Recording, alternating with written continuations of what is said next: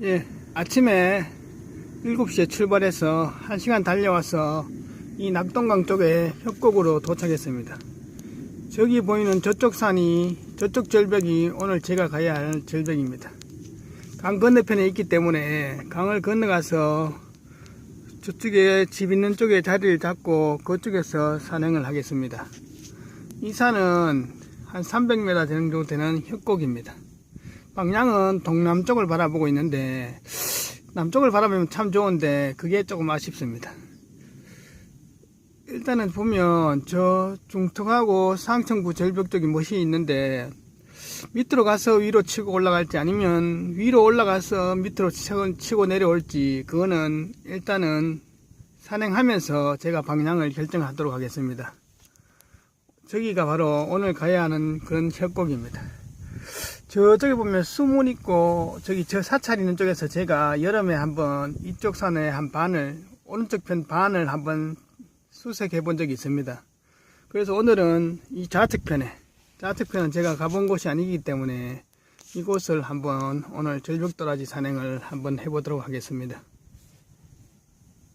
안녕하십니까, 절벽타는 황구입니다. 오늘은 제가 예천 저 풍량면 쪽으로 강 쪽의 협곡 쪽으로 왔습니다. 오늘은 제가 이쪽 강 따라 한 1km 정도 걷다 보면 절벽이 나올 겁니다. 오늘은 강 쪽의 협곡으로 왔습니다. 이제 제가 몸 풀고 준비 운동하고 이제 옷을 다 입고 했습니다. 오늘 준비물은 물 750ml 2병 하고요. 그 다음에 초콩 2개, 각각 2개, 그리고 비상식량으로 초코바 3개를 챙겨왔습니다. 이 산은 그래 높진 않는데 강 쪽의 협곡이기 때문에 경사가 아주 가파르고 좀 힘들 겁니다. 오늘도 힘든 산행이지만은 또 절벽도라지가 있는지 한번 살펴보기로 하겠습니다. 이제 제가 이제 겨울이기 때문에 이 오리털 패딩을 입었습니다. 이렇게 입고 산행하다 보면 나뭇가지 같은 데 스치면 이게 다 튀어나가잖아요. 그러니까 바깥에 오버트라우저를 입을 겁니다. 이거 입고 다시 한번 제가 설명해 드릴게요. 예, 이제 제가 배낭을 메고 이렇게 오버트라우저를 입고 이제 준비를 다 했습니다. 겨울 산행에는 특히 추위와의 싸움입니다. 처음부터 옷을 이렇게 따뜻하게 좀 덥다 싶을 정도로 입어야만이 산행하다가 더울 때 벗어서 패딩 같은 걸 벗어서 배낭에 넣으면 됩니다. 근데 처음부터 산을 타다 보면 따뜻해지겠지 싶어서 이렇게 좀 얇게 입고 좀 평상시 같이 이래 입어버리면 산에 산을 탈 때는 덥지만은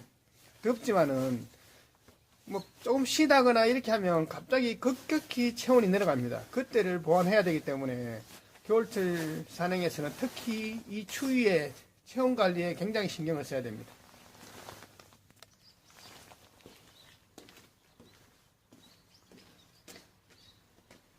이제 이렇게 보면 제가 배낭도 다 메고 이렇게 건도 다 당기고 이렇게 해서 이제 준비를 다 했습니다. 엄청 무겁습니다. 배낭이. 절벽 산행이, 도라지 산행이 약초 산행 중에 가장 장비도 많고 가장 준비물도 많고 가장 이렇게 무겁습니다. 자, 오늘도 절벽에서 좋은 도라지를, 대물 도라지를 한번 볼 수 있을지 한번 최선을 다해 보겠습니다. 절벽은 자유다. 출발! 이제 강 쪽으로 한 30분 정도 계속 걸어왔습니다. 한참 오니까 이제 제가 올라가야 하는 이 강 쪽에 협곡이 나타나기 시작합니다. 지금 새벽에 이 시기에는 서리가 많이 오기 때문에 이 낙엽이 보면 이렇게 반짝반짝거리잖아요. 이것이 낙엽 자체도 원래 좀 미끄럽지만은 이 서리까지 내려서 더욱 미끄럽습니다. 그래서 산행을 하실 때 이 낙엽을 밟을 때도 조심해야 됩니다. 그리고 강 쪽으로 오다 보니까 이게 무슨 나무인지는 모르겠지만은 나무에 이 버섯들이 아주 많이 달려 있습니다. 멋있죠? 이 강 쪽의 나무에 보면 강 쪽은 항상 운무도 많이 끼고 안개도 많이 끼기 때문에 이런 버섯들이 잘 자랍니다. 여기 보면 쫑쫑쫑 있고 저 아래도 있고 저 앞에 나무에도 또 있습니다. 제가 카메라를 당겨 보겠습니다. 자, 이제 다시 또 준비해서 계속 올라가 보겠습니다. 예, 이제 제가 강 따라서 계속 이렇게 오고 있습니다. 이제 강 쪽에 협곡이 나오기 시작하는데, 여기 있는 이 나무가 바로 노간주 나무입니다. 노간주 나무는 굉장히 척박한 환경에서 삽니다. 그래서 다른 나무들이 다 살기 싫어하는 장소에 노간주 나무가 자리를 잡습니다. 이런 노간주 나무가 있는 자리에 대물 도라지가 많이 있습니다. 도라지도, 절벽 도라지도 가장 척박한 환경에서 자랍니다. 그래서 노간주 나무 근처에는 대물 도라지가 자주 보입니다. 이제부터 협곡이 시작되고 절벽이 시작되니까 특히 조심해서 살펴보도록 하겠습니다. 제가 저 아래 강 쪽으로 갔다가 이제 이쪽 절벽 타고 이 상층부 중간쯤 올라왔습니다. 밑에도 자리는 좋은데 도라지는 없더라고요. 그래서 올라오면서 이제 계속 상층부 쪽으로 찾아보겠습니다. 근데 이 소나무 아래에 이게 있네요. 이게 바로 일엽초입니다. 일엽초. 일엽초는 고산지대 절벽에 많이 있는데 가끔 가다 보면 이렇게 강 쪽의 협곡 쪽으로도 한 번씩 보입니다. 이게 이렇게 낮은 데서 있는 일엽초는 귀합니다. 이제 조금 더 올라오니까 여기 삽주가 있네요. 삽주가. 요거는 제 장비고요. 삽주가 있다는 것은 여기가 남쪽 바라보는 절벽이면 좋은데 이 동남쪽을 바라봅니다. 동남쪽 바라보지만은 그래도 배수가 잘 되고 경사가 가파르기 때문에 이런 양지 바른 식물인 삽주가 있네요. 이제 도라지도 있을지 한번 자세히 살펴봅시다. 예, 제가 이 아래쪽으로 수색해 오면서 도라지가 없길래 이제 절벽의 중턱 쪽으로 올라왔습니다. 여기서 조금 쉬다가 물 좀 마시면서 체력 회복을 좀 하고, 그래서 계속 저쪽에 상층부로 이동해 보겠습니다. 장소는 참 좋은데 밑쪽에는 이렇게 화렵수가 많으니까 이 나뭇잎 때문에 도라지가 자리 잡을 여건이 잘 안됩니다. 장소는 참 좋습니다. 그래도 이런 자리에 도라지가 한 번씩 보이면 좋은 게 있는데 아직까지는 안 보이네요.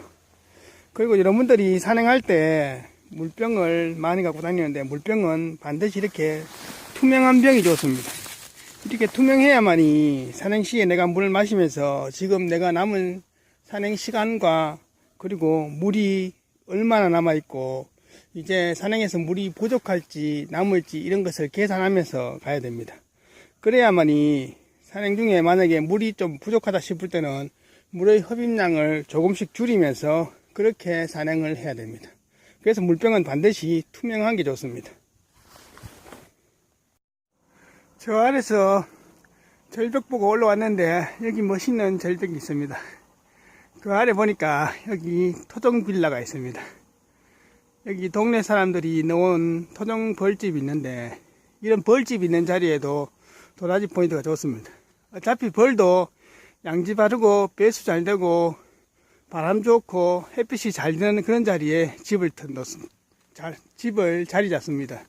그러니까 뭔가 이런 소동벌집 부근에도 보면 좋은 도라지 포인트가 되는데 일단 제가 저 상층부로 올라가서 도라지가 한번 있는지 한번 살펴보겠습니다. 그리고 중간중간에 넉줄 고사리인 골세보도 아직 단풍 들지 않고 저렇게 남아있네요.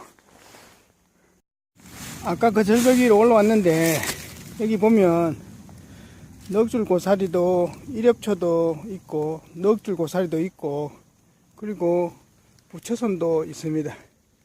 제가 찾는 절벽 도라지 빼고는 다 있는 것 같습니다. 아직까지 여건은 좋은데 도라지가 보이진 않습니다. 이 절벽 방향이 동쪽과 남쪽을 바라보기 때문에 생각보다 이 절벽에 이끼가 많습니다. 이끼가 많다는 것은 도라지가 자리를 잡기 힘든 여건입니다. 그래도 뭐 일엽초하고 넉줄고사리, 골세보 그리고 부처선, 건백은 많이 있습니다. 계속 제가 또 이렇게 여기서 잠시 쉬다가 저것이 오늘의 마지막 절벽쪽입니다. 저쪽까지 보고 저 뒤에 있는 절벽까지 건너갈지 아니면 하산을 할지 결정을 하겠습니다. 조건은 좋은데 도라지는 없네요. 원래 이 시기에 바람이 불고 도라지 삭대가 마르면 도라지 삭대가 떨어질 시기지만은 아직까지는 그래도 붙어 있는 게 있을 건데 아직까지는 없습니다. 이제 절벽 상층부까지 올라왔습니다. 저 아래 낙동강이 보이고 이 절벽에 그 이제 상층부입니다. 저기 보면 절벽 중간중간에 그루터기가 있는데 저런 데에 좋은 도라지가 있을 만한데 없네요. 저기에 만약에 도라지가 있다면 제가 저 위에서 로프를 세팅해서 하강해서 한번 살펴보면 좋은데 아직 도라지는 없습니다. 제가 여기 와보니까 도라지 빼곤 다 있는 것 같습니다. 삽주도 있고 넉줄 고사리도 있고 이렵초도 있고 부처선도 있고 도라지 빼곤 다 있습니다.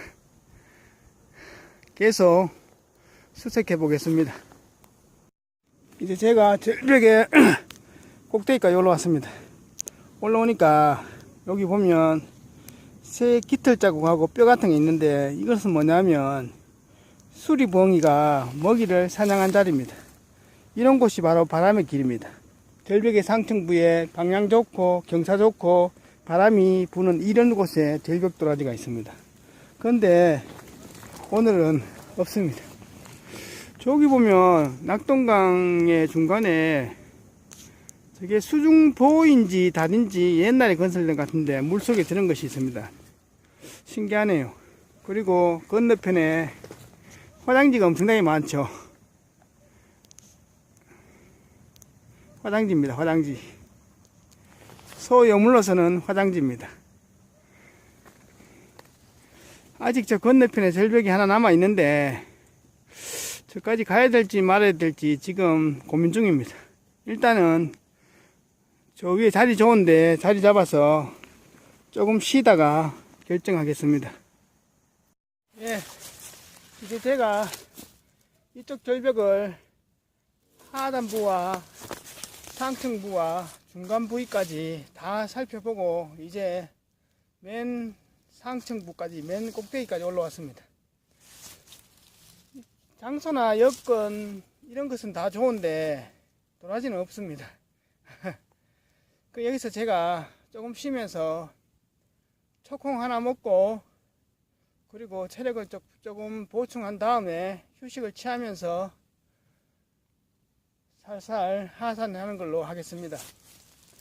오늘은 비록 도라지는 보지 못했지만은 그러나 평소에 오고 싶었던 곳, 이곳을 제가 올여름부터 계속 오고 싶었는데 여름에는 보다시피 일반 낙엽송들도 많고 잡풀들도 많습니다. 그래서 오기가 상당히 힘든 여건이었습니다. 그러니까 지금쯤 오면 이렇게 풀들도 삭고 나무들도 이제 좀 잎을 떨구니까 씨앗도 나오면서 좋은 여건이 되는데 도라지는 없습니다. 엄청 덥습니다. 그래서 제가 이제 물 좀 마시면서 초콩 하나 먹고 이제 조금 쉬다가 슬슬 하산하는 걸로 하겠습니다. 절벽 도라지는 또 다음에 또 여건이 되면 제가 또 한번 보여주겠습니다.